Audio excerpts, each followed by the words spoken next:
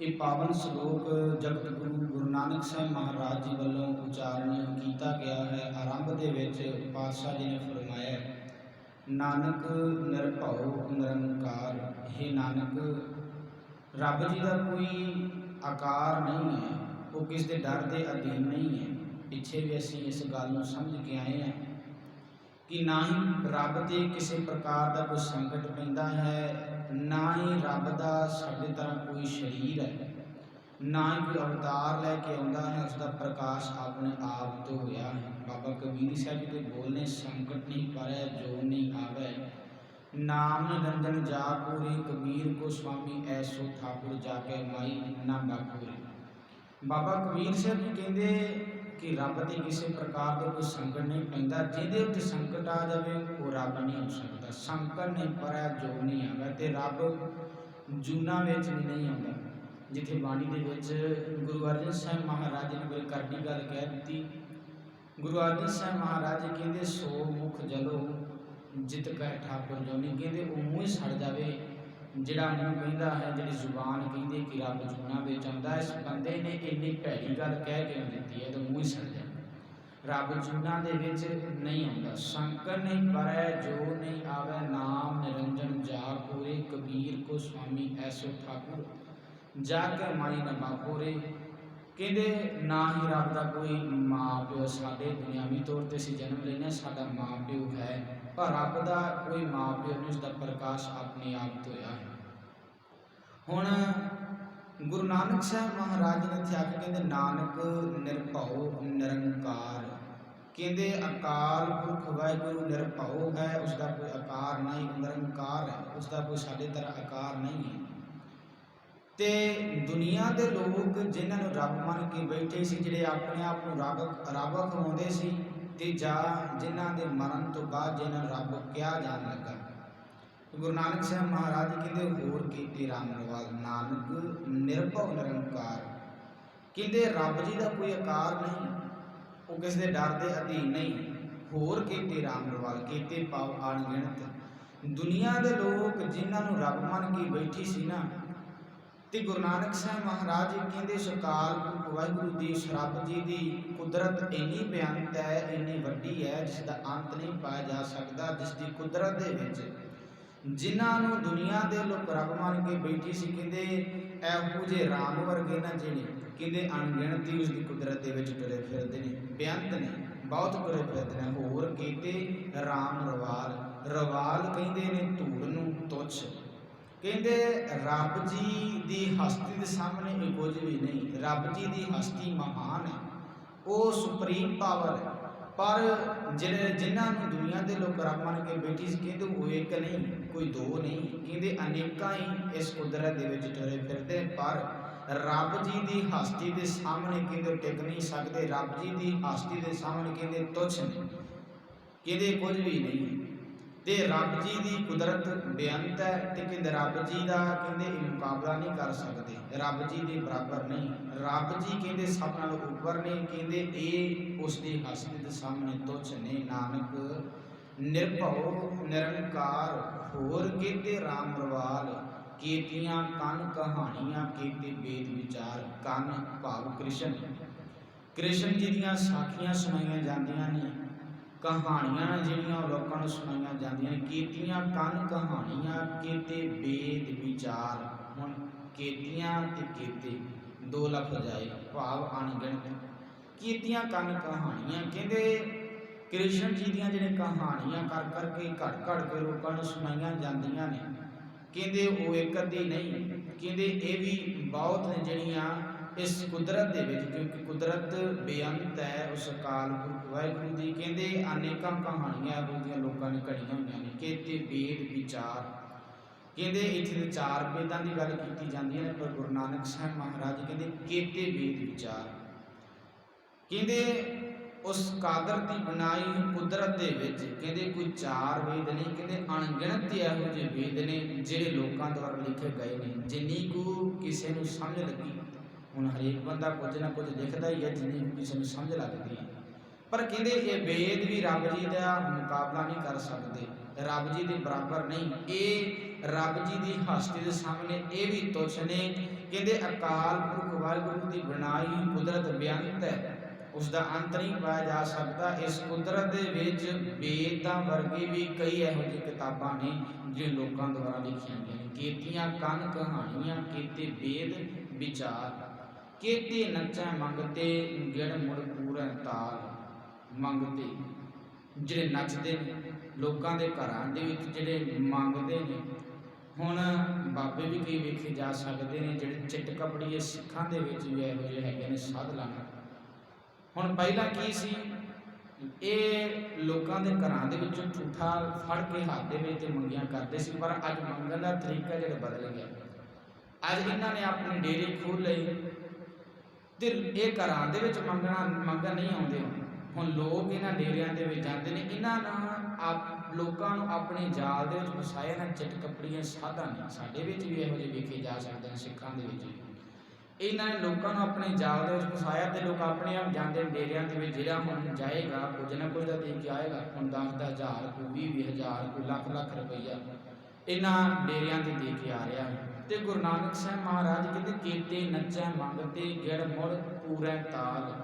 ਕਹਿੰਦੇ ਹੁਣ ਇਹ ਵਿਉਂਤਬੰਦੀ ਕਰਦੇ ਰਹਿੰਦੇ ਨੇ ਕਿ ਕਿਸ ਤਰ੍ਹਾਂ ਨੂੰ ਆਪਣੇ ਜਾਲ ਦੇ ਵਿੱਚ ਫਸਾਇਆ ਜਾਵੇ। ਤੁਸੀਂ ਆਮ ਕਰਕੇ ਵੇਖਿਆ ਹੋਣਾ ਵਿਉਂਤਬੰਦੀ ਕੀਤੀ ਜਾਂਦੀ ਹੈ ਕਿ ਅਸੀਂ ਇੱਥੇ ਧਾਰਮਿਕ ਸਮਾਗਮ ਕਰਾ ਰਹੇ ਹਾਂ, ਇੰਨੀਆਂ ਅਸੀਂ ਬੇਸਹਾਰਾ ਲੜਕੀਆਂ ਦੇ ਜਿਹੜੇ ਵਿਆਹ ਕਰਵਾਉਣ ਜਾ ਰਹੇ ਹਾਂ। 3-3 ਹਜ਼ਾਰ ਲੜਕੀਆਂ ਦੇ ਨਾਮ ਦੇ ਉੱਤੇ ਪੈਸਾ ਇਕੱਠਾ ਕਰ ਲਿਆ ਜਾਂਦਾ ਤੇ 100 ਦਾ ਵਿਆਹ ਕਰਾ ਕੇ ਲੜਕੀਆਂ ਦਾ ਬਾਕੀ ਪੈਸੇ ਆਪਣੀ ਜੇਬ ਦੇ ਵਿੱਚ ਪਾ ਲੈਂਦੇ ਨੇ। ਹੁਣ ਇਹਨਾਂ ਨੇ ਵੀ ਕਮਾਈ ਦਾ ਸਾਧਨ ਬਣਾਇਆ ਹੋਇਆ ਨੇ। ਬਾਕੀ ਹਿਸਾਬ ਤਾਂ ਕਿਸੇ ਨੇ ਮੰਗਿਆ ਹੀ ਨਹੀਂ। 3-3 ਹਜ਼ਾਰ 4-4 ਹਜ਼ਾਰ ਧੀਆਂ ਦੇ ਨਾਮ ਤੇ ਪੈਸਾ ਇਕੱਠਾ ਕਰਕੇ 100-200 ਦਾ ਵਿਆਹ ਕਰਕੇ ਬਾਕੀ ਇਹਨਾਂ ਨੂੰ ਪ੍ਰੋਫਿਟ ਹੋ ਰਹੀ ਹੈ। ਇਹ ਆਪਣੀ ਜੇਬਾਂ ਦੇ ਵਿੱਚ ਹੀ ਪੈਸਾ ਪਾ ਰਹੇ ਨੇ। ਕਿਸ ਨੇ ਹਿਸਾਬ ਕਿਤਾਬ ਤਾਂ ਮੰਗਿਆ ਨਹੀਂ। ਬਾਅਦ ਦੇ ਵਿੱਚ ਇਸ਼ਤਿਹਾਰ ਛਪ ਜਾਂਦੇ ਨੇ, ਬੈਨਰ ਛਪ ਜਾਂਦੇ ਨੇ ਕਿ ਫਲਾਣੇ ਬਾਬਾ ਜੀ ਨੇ, ਫਲਾਣੇ ਰਾਗੀ ਸਿੰਘ ਨੇ ਇੰਨੀਆਂ ਬੇਸਹਾਰਾ ਲੜਕੀਆਂ ਦੇ ਵਿਆਹ ਕਰਾ ਦਿੱਤੇ। ਤੇ ਇਹੋ ਜਿਹੇ ਲੋਕਾਂ ਨੂੰ ਵੀ ਗੁਰੂ ਨਾਨਕ ਸਾਹਿਬ ਮਹਾਰਾਜ ਨੱਚਣ ਵਾਲੀ ਅਵਸਥਾ ਦੇ ਵਿੱਚ ਲਿਆ ਹੈ। ਕਹਿੰਦੇ ਕੀਤੇ ਨੱਚੈ ਮੰਗਤੇ, ਗਿੜ ਮੁੜ ਪੂਰੈ ਤਾਲ। ਕਹਿੰਦੇ ਅੱਜ ਚਾਹੇ ਮੰਗਣ ਦਾ ਤਰੀਕਾ ਬਦਲ ਗਿਆ। ਹੁਣ ਬਾਬੇ ਵੀ ਤਾਂ ਨੱਚਦੇ ਨੇ, ਬਾਬੇ ਫਿਲਮਾਂ ਵੀ ਕੱਢਦੇ ਨੇ, ਬਾਬੇ ਗਾਣੇ ਵੀ ਗਾਉਂਦੇ ਨੇ। ਕੀਤੇ ਨੱਚੈ ਮੰਗਤੇ, ਗਿੜ ਮੁੜ ਪੂਰੈ ਤਾਲ। ਕਹਿੰਦੇ ਵੱਖੋ ਵੱਖਰੀਆਂ ਧੁਨਾਂ, ਵੱਖੋ ਵੱਖਰੀਆਂ ਆਵਾਜ਼ਾਂ ਕੱਢ ਕੇ ਨਾ ਕਹਿੰਦੇ ਲੋਕਾਂ ਨੂੰ ਜਾਲ ਦੇ ਵਿੱਚ ਫਸਾਇਆ ਜਾ ਰਿਹਾ, ਆਪਣੇ ਵੱਲ ਆਕਰਸ਼ਿਤ ਕੀਤਾ ਜਾ ਰਿਹਾ ਹੈ ਕਿ ਅਸੀਂ ਇਹਨਾਂ ਨੂੰ ਲੁੱਟੀਏ ਕਿਸ ਤਰ੍ਹਾਂ। ਕੀਤੇ ਨੱਚੈ ਮੰਗਤੇ, ਗਿੜ ਮੁੜ ਪੂਰੈ ਤਾਲ। ਬਾਜ਼ਾਰੀ ਬਾਜ਼ਾਰ ਮੈਂ ਆਏ ਕੱਢੈ ਬਾਜ਼ਾਰ। ਬਾਜ਼ਾਰੀ ਭਾਵ ਰਾਸਧਾਰੀ। ਕਹਿੰਦੇ ਰਾਸਧਾਰੀਏ ਰਾਸਾਂ ਪਾਉਂਦੇ ਨੇ। ਬਾਜ਼ਾਰੀ ਬਾਜ਼ਾਰ ਮੈਂ ਆਏ ਕੱਢੈ ਬਾਜ਼ਾਰ। ਬਾਜ਼ਾਰਾਂ ਦੇ ਵਿੱਚ ਜਾ ਕੇ ਕਹਿੰਦੇ ਦੇਵੀ ਦੇਵਤਿਆਂ ਦੇ ਆਪਣੇ ਕੱਪੜੇ ਪਾ ਕੇ ਨਾਟਕ ਕਰ ਕਰਕੇ ਨੱਚਦੇ ਨੇ, ਰਾਸਾਂ ਪਾਉਂਦੇ ਨੇ। ਹੁਣ ਮੈਨੂੰ ਮੁਆਫ ਕਰਿਆ ਜੀ, ਇਹ ਸਿਰਫ ਉਹਨਾਂ ਦੀ ਗੱਲ ਇੱਥੇ ਨਹੀਂ, ਇੱਥੇ ਗੱਲ ਸਾਡੀ ਵੀ ਹੋਵੇਗੀ। ਜੇਕਰ ਅਸੀਂ ਵੀ ਅੱਜ ਨਗਰ ਕੀਰਤਨਾਂ ਦੇ ਵਿੱਚ ਸਿਰਫ ਨੱਚਣ ਟੱਪਣ ਦੇ ਵਿੱਚ, ਸਿਰਫ ਬੈਂਡ ਬਾਜਿਆਂ ਦੇ ਵਿੱਚ ਤੇ ਖਾਣ ਪੀਣ ਤੱਕ ਸੀਮਤ ਰਹਿ ਗਏ ਤੇ ਸਾਡੀ ਗੱਲ ਵੀ ਹੋਵੇਗੀ। ਸਿਰਫ ਉਹਨਾਂ ਦੀ ਗੱਲ ਨਹੀਂ ਕੀਤੀ, ਗੁਰਬਾਣੀ ਸਭਨਾਂ ਦੇ ਸਰਬ ਸਾਂਝੀ ਗੱਲ ਕਰਦੀ ਹੈ, ਸਾਡੀ ਵੀ ਇੱਥੇ ਗੱਲ ਹੋਵੇਗੀ।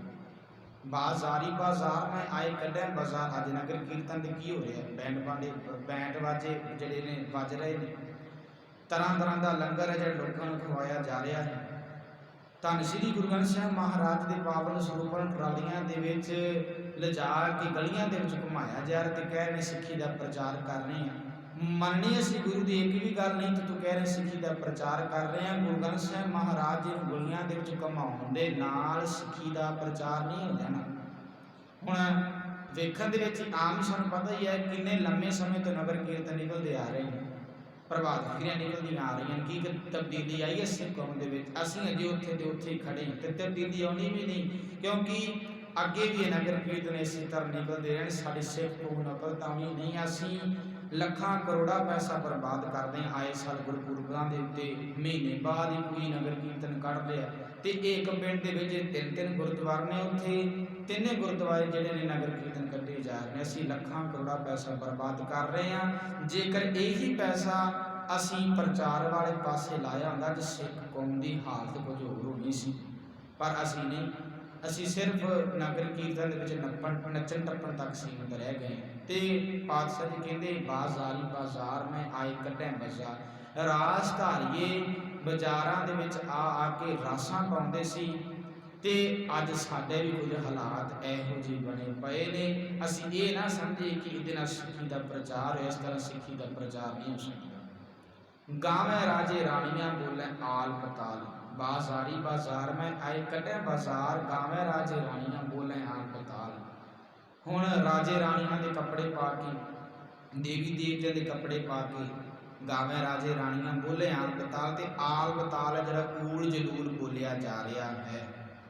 ਹੁਣ ਮੈਨੂੰ ਮਾਫ ਕਰਿਆ ਜੇ ਚਾਹੇ ਸਾਡੇ ਸਿੱਖ ਆਲ ਪਤਾਲ ਊਲ ਜਲੂਲ ਤਾਂ ਚੱਲ ਨਹੀਂ ਬੋਲਦੇ, ਪਰ ਤੁਸੀਂ ਵੇਖਿਆ ਹੋਣਾ ਪੰਜਿਆਂ ਪਿਆਰਿਆਂ ਦੀਆਂ ਡਰੈਸਾਂ ਪਾ ਕੇ ਤੇ ਇਹ ਕਿਹਾ ਜਾ ਰਿਹਾ ਹੈ ਕਿ ਇਹ ਪੰਜ ਪਿਆਰੇ ਨੇ। ਹੁਣ ਸਾਨੂੰ ਇਹ ਵੀ ਵੇਖਣਾ ਪਵੇਗਾ ਕਿ ਜਿਹੜੇ ਪੰਜ ਪਿਆਰੇ ਅਸੀਂ ਬਣਾਏ ਨਗਰ ਕੀਰਤਨਾਂ ਦੇ ਵਿੱਚ, ਕੀ ਸੱਚੀ ਇਹਨਾਂ ਦਾ ਜੀਵਨ ਭਾਈ ਸਾਹਿਬ ਸਿੰਘ ਜੀ ਵਰਗਾ ਹੈਗਾ?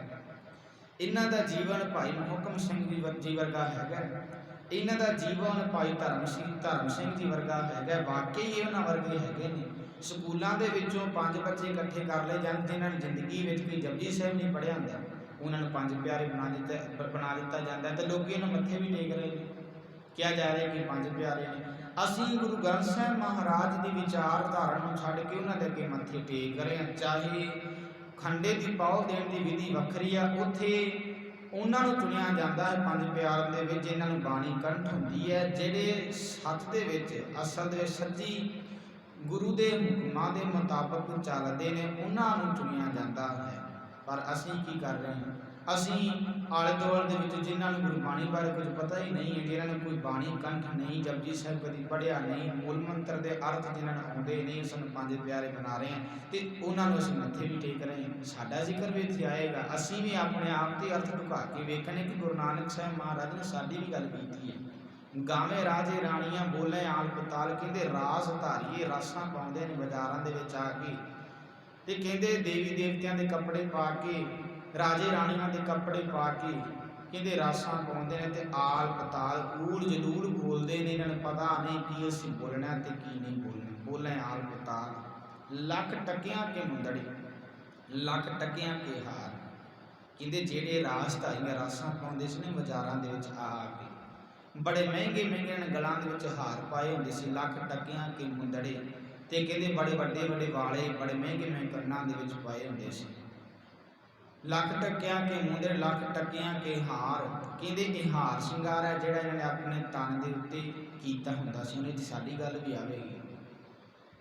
ਪੰਥ ਪ੍ਰਵਾਨਿਤ ਸਿੱਖ ਰਹਿਤ ਮਰਿਆਦਾ ਦੇ ਵਿੱਚ ਇਹ ਗੱਲ ਲਿਖੀ ਸੀ ਕਿ ਕੰਨ ਛੇਦਕ ਤੇ ਨੱਕ ਛੇਦਕ ਗਹਿਣਾ ਪਾਉਣਾ ਮਨਾ ਮਨਮਤ, ਪਰ ਅੱਜ ਆਮ ਹੀ ਵੇਖਿਆ ਜਾ ਸਕਦਾ। ਚਾਹੇ ਉੱਥੇ ਗੱਲ ਬੀਬੀਆਂ ਦੇ ਲਿਖੀ ਸੀ, ਪਰ ਅੱਜ ਤਾਂ ਬੰਦਿਆਂ ਨੇ ਵੀ ਕੰਨਾਂ ਨੱਕਾਂ ਦੇ ਵਿੱਚ ਜਿਹੜੇ ਉਹ ਛੇਕ ਕਰਾ ਕੇ ਤੇ ਕੰਨਾਂ ਦੇ ਵਿੱਚ ਗਹਿਣੇ, ਕੰਨਾਂ ਨੱਕਾਂ ਦੇ ਵਿੱਚ ਜਿਹੜੇ ਟੋਪਸ ਤੇ ਜਿਹੜੇ ਨੱਕਾਂ ਦੇ ਵਿੱਚ ਕੋਕੇ ਪਾਉਣੇ ਸ਼ੁਰੂ ਕਰ ਦਿੱਤੇ ਨੇ।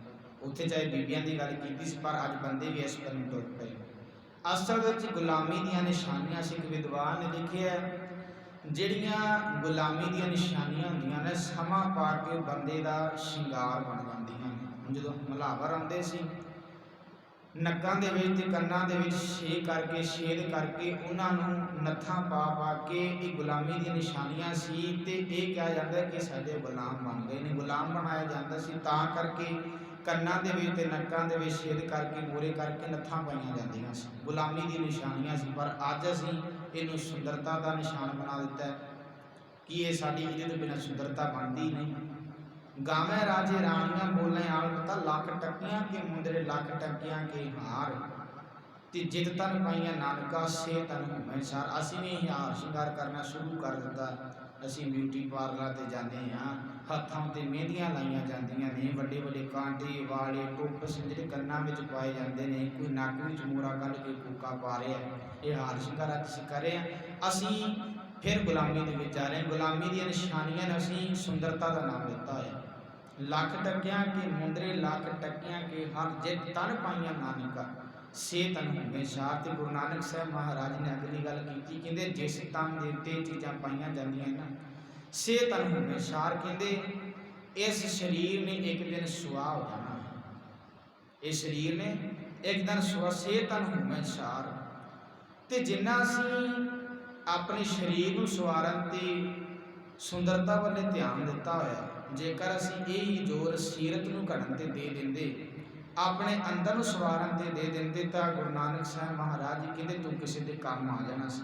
ਚਾਹੇ ਜਿਨ੍ਹਾਂ ਨੇ ਗੁਣਾਂ ਨੂੰ ਆਪਣੇ ਜੀਵਨ ਵਿੱਚ ਵਸਾਇਆ, ਧਾਰਨ ਕੀਤਾ, ਚਲੇ ਉਹਨਾਂ ਨੇ ਵੀ ਜਾਣਾ ਸੰਸਾਰ ਵਿੱਚੋਂ, ਟੇਕੇ ਨਹੀਂ ਬਹਿ ਜਾਣਾ, ਉਹਨਾਂ ਨੇ ਵੀ ਚਲੇ ਜਾਣਾ, ਸਦਾ ਸਥਿਰ ਨਹੀਂ ਰਹਿਣਾ ਕਿਸੇ ਨੇ ਵੀ ਇੱਥੇ। ਪਰ ਪਾਤਸ਼ਾਹ ਜੀ ਕਹਿੰਦੇ ਜੇਕਰ ਗੁਣਾਂ ਨੂੰ ਧਾਰਨ ਕਰ ਲਵੇਂਗਾ ਤੂੰ ਕਿਸੇ ਦੇ ਕੰਮ ਆ ਜਾਏਗਾ, ਤੂੰ ਕਿਸ ਦੀ ਸਹਾਇਤਾ ਕਰ ਦੇਵੇਂਗਾ, ਤੂੰ ਸਮਾਜ ਦੇ ਕੰਮ ਆਏਗਾ, ਆਪਣਾ ਆਪ ਹੀ ਸਵਾਰ ਲਵੇਂਗਾ। ਜਿੱਤਨ ਪਾਈਆਂ ਨਾਨਕਾ ਸਿਹਤਨ ਹੋਵੇ ਸਾਰ, ਕਹਿੰਦੇ ਪਰ ਜਿਹੜਾ ਤੂੰ ਸ਼ਿੰਗਾਰ ਕਰਕੇ ਬੈਠਾ ਨਾ ਬਾਹਰੀ, ਗੱਲ ਦੇ ਵਿੱਚ ਚੈਨ ਜਿਹੜੀ ਪਾ ਕੇ ਬੈਠਾ ਤੂੰ ਚਾਹੀਦੀਆਂ ਸੋਨੇ ਦੀ, ਪਰ ਇਹ ਵੀ ਕਿਸੇ ਦੇ ਕੰਮ ਆ ਜਾਣਗੀਆਂ, ਪਰ ਕਿਸੇ ਚੰਗੇ ਬੰਦੇ ਦੇ ਕੰਮ ਨਹੀਂ ਆਉਣੀਆਂ। ਇਹ ਚੋਰਾਂ ਦੇ ਕੰਮ ਆਉਂਦੀਆਂ ਨੇ। ਬੀਬੀਆਂ ਪਾ ਕੇ ਮੋਟਰਸਾਈਕਲ ਤੇ ਬਹਿ ਜਾਂਦੀਆਂ ਨੇ, ਫਿਰ ਚੋਰ ਆਉਂਦੇ ਨੇ ਗਲੇ ਤੋਂ ਸਿੱਧਾ ਫੜਦੇ ਨੇ, ਚੈਨ ਤੋੜ ਕੇ ਪਾਰ ਜਾਂਦੇ ਨੇ, ਬੀਬੀਆਂ ਮਗਰ ਆਉਂਦੀਆਂ ਰਹਿ ਜਾਂਦੀਆਂ ਕਿ ਸਾਡੀ ਚੈਨ ਚੋਰ ਲਾ ਕੇ ਰਹਿ ਗਏ, ਪਾਈਆਂ ਕਿਉਂ ਸੀ? ਇਹ ਤਾਂ ਗੁਲਾਮੀ ਦੀਆਂ ਨਿਸ਼ਾਨੀਆਂ ਨੇ ਸਾਰੀਆਂ। ਜਿੱਤਨ ਪਾਈਆਂ ਨਾਨਕਾ ਸਿਹਤਨ ਹੋਵੇ ਸਾਰ, ਗਿਆਨ ਨਾ ਗੱਲ ਢੂੰਢੀ ਹੈ ਕਥਨਾ ਕਰੜਾ ਸਾਰ। ਪਾਤਸ਼ਾਹ ਜੀ ਕਹਿੰਦੇ ਸਿਰਫ ਗੱਲਾਂ ਦੇ ਨਾਲ ਗਿਆਨ ਦੀ ਪ੍ਰਾਪਤੀ ਨਹੀਂ ਹੋ ਜਾਣੀ। ਕੱਢ ਲਓ ਪ੍ਰਭਾਤ ਫੇਰੀਆਂ, ਕੱਢ ਲਓ ਨਗਰ ਕੀਰਤਨ, ਲਾ ਲਓ ਲੰਗਰਾਂ ਦੀਆਂ ਸਟਾਲਾਂ, ਕਹਿੰਦੇ ਇਹਦੇ ਨਾਲ ਗਿਆਨ ਦੀ ਪ੍ਰਾਪਤੀ ਨਹੀਂ। ਗਿਆਨ ਨਾਲ ਗੱਲ ਢੂੰਢੀ ਹੈ ਕਥਨਾ ਕਰੜਾ ਸਾਰ, ਕਹਿੰਦੇ ਜਿਨ੍ਹਾਂ ਗੱਲਾਂ ਦੇ ਨਾਲ ਤੂੰ ਗਿਆਨ ਪ੍ਰਾਪਤ ਕਰਨਾ ਚਾਹੁੰਦਾ ਨਾ, ਕਹਿੰਦੇ ਇਹ ਲੋਹੀ ਤਰ੍ਹਾਂ ਸਾਰ, ਕਹਿੰਦੇ ਨੇ ਲੋਹੀ ਨੂੰ, ਕਹਿੰਦੇ ਲੋਹੇ ਦੀ ਤਰ੍ਹਾਂ ਕਰੜੀ ਗੱਲ ਹੈ ਬੜੀ, ਕਹਿੰਦੇ ਇਹਨਾਂ ਗੱਲਾਂ ਦੇ ਨਾਲ ਗਿਆਨ ਹੀ ਪ੍ਰਾਪਤ ਹੋ ਜਾਣਾ। ਕਥਨਾ ਕਰੜਾ ਸਾਰ, ਕਹਿੰਦੇ ਇਸ ਤਰ੍ਹਾਂ ਗਿਆਨ ਦੀ ਪ੍ਰਾਪਤੀ ਨਹੀਂ। ਜੇਕਰ ਗਿਆਨ ਦੀ ਪ੍ਰਾਪਤੀ ਕਰਨੀ ਹੈ ਤਾਂ ਤੈਨੂੰ ਆਪਾ ਭਾਵ ਗੁਰੂ ਨੂੰ ਸਮਰਪਿਤ ਕਰਨਾ ਪੈਣਾ ਹੈ, ਆਪਣੇ ਆਪ ਨੂੰ ਗੁਰੂ ਵਾਲੇ ਪਾਸੇ ਤੋਰਨਾ ਪੈਣਾ, ਫਿਰ ਤੈਨੂੰ ਗਿਆਨ ਦੀ ਪ੍ਰਾਪਤੀ ਹੋਵੇਗੀ। ਕੇਵਲ ਛਬੀਲਾਂ ਲਾ ਕੇ, ਗੁਰੂ ਅਰਜਨ ਸਾਹਿਬ ਮਹਾਰਾਜ ਜੀ ਦੀ ਸ਼ਹੀਦੀ ਦਿਹਾੜੇ ਤੇ ਛਬੀਲਾਂ ਲਾਈਆਂ ਜਾਂਦੀਆਂ ਹਨ, ਲੋਕੀ ਖੰਡ ਲਿਆ ਕੇ ਦੇ ਨੇ, ਖੰਡ ਘੋਲ ਕੇ ਲੋਕਾਂ ਨੂੰ ਪਿਆਈ ਜਾ ਰਹੀ ਹੈ। ਪਰ ਸਾਨੂੰ ਸਿਧਾਂਤਾਂ ਬਾਰੇ, ਸਿੱਖੀ ਦੇ ਸਿਧਾਂਤਾਂ ਬਾਰੇ, ਗੁਰਬਾਣੀ ਦੇ ਸਿਧਾਂਤਾਂ ਬਾਰੇ ਕੋਈ ਪਤਾ ਨਹੀਂ ਹੈ ਕਿ ਗੁਰਬਾਣੀ ਸਾਨੂੰ ਕਹਿੰਦੀ ਕੀ ਹੈ ਤੇ ਕੀ ਨਹੀਂ ਕਹਿ ਰਹੀ, ਕਿੱਥੋਂ ਸਾਨੂੰ ਗੁਰਬਾਣੀ ਨੂੰ ਵਰਜਿਆ ਤੇ ਕੀ ਕਰਨ ਦੇ ਲਈ ਸਾਨੂੰ ਗੁਰਬਾਣੀ ਕਹਿ ਰਹੀ ਹੈ। ਜਾਂ ਤਾਂ ਹੁੰਦਾ ਕਿ ਜਦੋਂ ਛਬੀਲਾਂ ਲਾਈਆਂ ਜਾਂਦੀਆਂ, ਜਦੋਂ ਬੰਦਾ ਗਲਾਸ ਪਾਣੀ ਦਾ ਪੀਂਦਾ, ਇੱਕ ਸ਼ਬਦ ਵੀ ਸਾਡੇ ਅੰਦਰ ਚਲਾ ਜਾਂਦਾ, ਫਿਰ ਤਾਂ ਫਾਇਦਾ ਸੀ। ਕਿੰਨੇ ਸਮੇਂ ਤੋਂ ਛਬੀਲਾਂ ਜਿਹੜੀਆਂ ਲੱਗਦੀਆਂ ਆ ਰਹੀਆਂ, ਕੀ ਬੈਨੀਫਿਟ ਸਾਨੂੰ ਹੋਇਆ? ਕੋਈ ਫਾਇਦਾ ਹੋਇਆ? ਕੋਈ ਪ੍ਰੋਫਿਟ ਸਾਨੂੰ ਨਹੀਂ ਹੋਇਆ। ਸਾਡੀ ਕੌਮ ਘਾਟੇ ਵਾਲੀ ਜਾ ਰਹੀ ਹੈ, ਖੁਆਰ ਹੋ ਰਹੀ ਹੈ ਸਾਡੀ ਕੌਮ, ਪਰ ਅਸੀਂ ਇਸ ਗੱਲ ਨੂੰ ਸਮਝਣ ਨੂੰ ਤਿਆਰ ਨਹੀਂ। ਅਸੀਂ ਛਬੀਲਾਂ ਤੱਕ, ਨਗਰ ਕੀਰਤਨਾਂ ਤੱਕ, ਪ੍ਰਭਾਤ ਫੇਰੀਆਂ ਤੱਕ, ਸਟਾਲਾਂ ਲਾ ਲਈਆਂ ਲੰਗਰਾਂ ਦੀਆਂ, ਬਸ ਇੱਥੋਂ ਤੱਕ ਸੀਮਿਤ ਰਹਿ ਗਏ।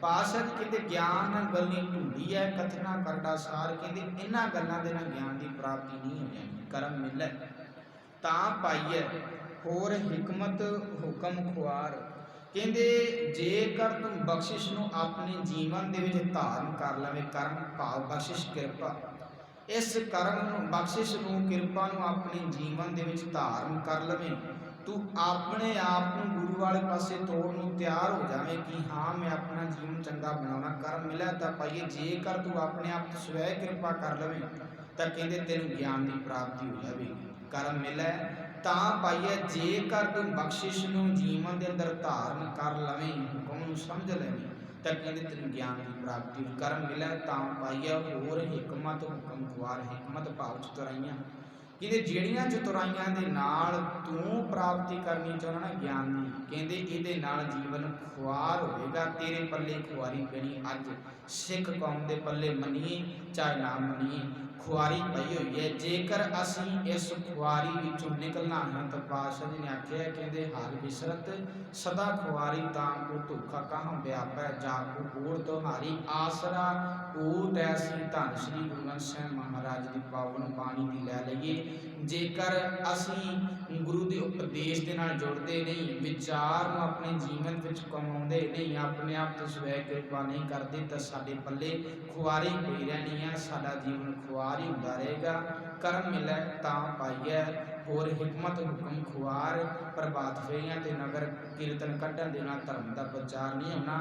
ਧਰਮ ਦਾ ਪ੍ਰਚਾਰ ਅਸੀਂ ਆਪਣੇ ਘਰ ਤੋਂ ਸ਼ੁਰੂ ਕਰਨਾ ਹੈ। ਜਦੋਂ ਹਰੇਕ ਬੰਦੇ ਦੀ ਇਹ ਸੋਚਣੀ ਬਣ ਗਈ ਕਿ ਮੈਂ ਆਪਣੇ ਬੱਚਿਆਂ ਨੂੰ, ਆਪਣੇ ਪਰਿਵਾਰ ਵਾਲਿਆਂ ਨੂੰ ਗੁਰੂ ਵਾਲੇ ਰਸਤੇ 'ਤੇ ਤੋਰਨਾ ਹੈ ਤੇ ਘਰ ਦੇ ਸਹਿਜ ਪਾਠ ਕਰਨਾ ਹੈ ਤੇ ਵਿਚਾਰਨਾ ਤੇ ਆਪਣੇ ਜੀਵਨ ਵਿੱਚ ਕਮਾਉਣਾ ਹੈ, ਤਾਂ ਹੀ ਧਰਮ ਦਾ ਜਿਹੜਾ ਪ੍ਰਚਾਰ ਹੋ ਸਕਦਾ। ਇਸ ਧਰਮ ਦਾ ਪ੍ਰਚਾਰ ਅਸੀਂ ਆਪਣੇ ਘਰ ਤੋਂ ਸ਼ੁਰੂ ਕਰਨਾ ਹੈ ਤੇ ਨਗਰ ਕੀਰਤਨ ਕੱਢਣ ਦੇ ਨਾਲ, ਪ੍ਰਭਾਤ ਫੇਰੀਆਂ ਦੇ ਨਾਲ ਧਰਮ ਦਾ ਪ੍ਰਚਾਰ ਨਹੀਂ ਹੋਣਾ। ਸਿਰਫ ਸਾਡੇ ਪੱਲੇ ਖੁਆਰੀ ਪੈਣੀ ਹੈ,